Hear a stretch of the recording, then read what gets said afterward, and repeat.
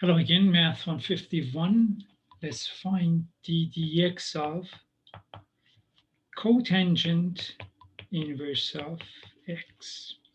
Following the same method, we are going to say is let sum y equals cotangent inverse of x. This implies that cotangent of y equals x. And so y must be some angle y. And what's the definition of cotangent? By definition, cotangent is side adjacent over opposite. So this must be x over 1.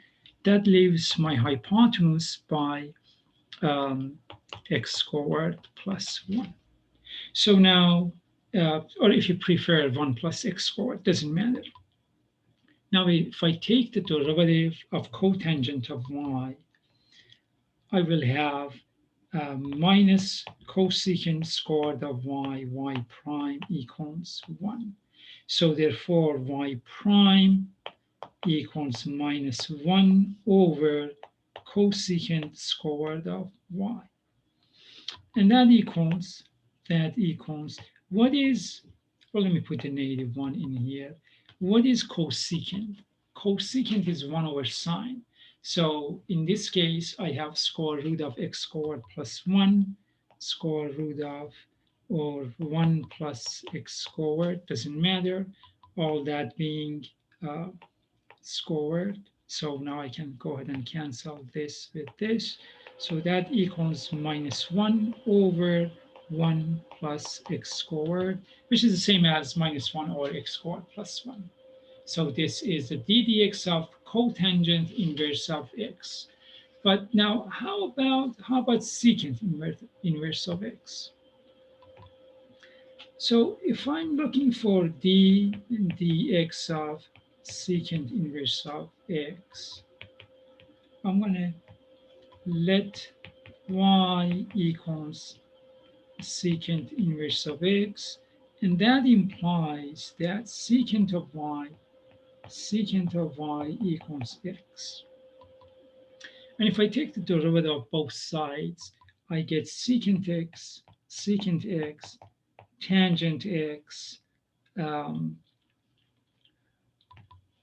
apologize, going too fast, secant y, tangent y prime equals 1.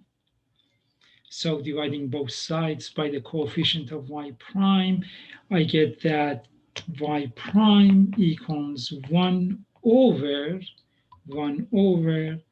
secant of y tangent of y. So now, of course, I know that right here, secant of y equals x.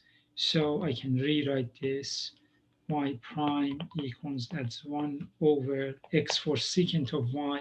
But let's draw a triangle. So if this is my angle y, and we know that secant of y equals x, by definition, secant is 1 over cosine. So that's side hypotenuse over adjacent. So this is x, this is 1, and that leaves me with x squared minus 1.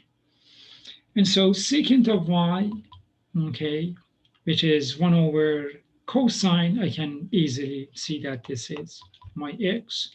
And also, what is tangent? By definition, tangent is side opposite over adjacent. So in this case, square root of x squared minus 1. But here, if we look at the graph of secant inverse of x, we notice that we'll see that all tangent lines have the positive slope. So how can we take care of that in here?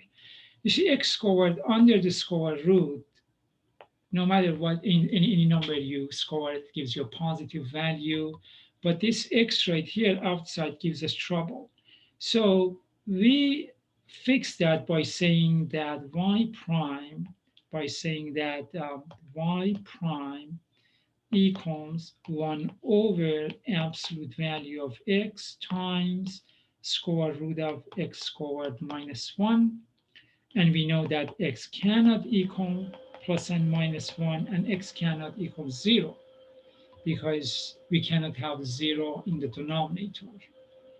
Okay, and so one last one, let's look at the ddx of cosecant inverse of x. So d dx of cosecant inverse of x. Same method. I'm going to say let some y equals cosecant inverse of x, and that tells me that cosecant of y equals x. And I'm going to do my triangle right away. Okay. By definition, what's cosecant 1 over sine is hypotenuse over opposite. So I have x over 1. So that leaves me in here with x squared minus 1. Taking the derivative of both sides, I get derivative of cosecant of y is minus um, cosecant of y, uh, cotangent of y prime, that equals 1.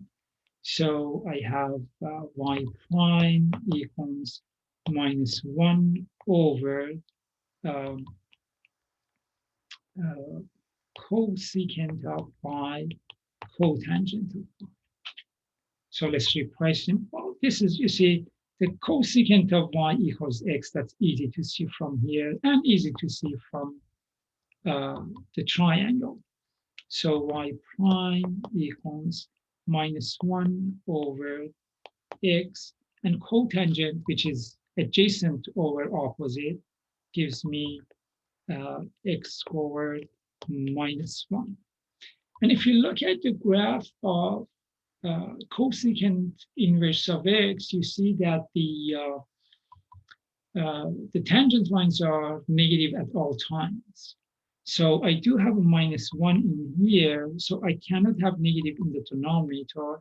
So we put an absolute value in here. So minus 1 over absolute value of x times square root of x squared minus 1.